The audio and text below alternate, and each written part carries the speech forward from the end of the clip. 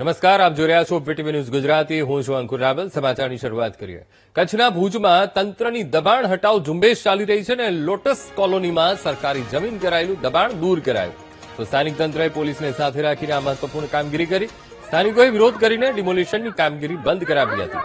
તો વિરોધ કરી રહેલી 2 મહિલા સહિત 3 લોકોની પોલીસે અટકાયત કરી હતી. ચુસ્ત પોલીસ બંદોબસ્ત સાથે સરકારી જમીન ખુલ્લી કરવામાં આવી છે.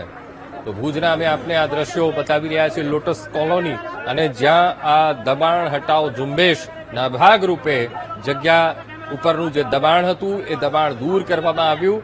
સરકારી જમીન અને એના પર આ દબાણ ઊભું કરી દેવામાં આવ્યું હતું, અને આ સરકારી જમીન પરનું એ દબાણ એ હટાવવામાં આવ્યું છે ને જમીનને ખુલ્લી કરવામાં આવી છે.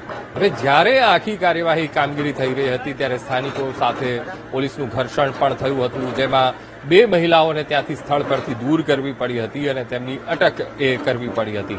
તો સ્થાનિક તંત્રએ પોલીસને સાથે રાખીને આ કામગીરી કરવી પડી હતી, કારણ કે મામલો ત્યાં ખૂબ ઉગ્ર બની ગયો હતો. સ્થાનિક લોકો વિરોધ પર ઉતરી આવ્યા હતા અને ત્યાં બેસી ગયા હતા. ત્યારે પોલીસને બોલાવવાની ફરજ પડી હતી, પોલીસને સાથે રાખવાની ફરજ પડી હતી અને પોલીસે આ બધાને ત્યાંથી દૂર કર્યા.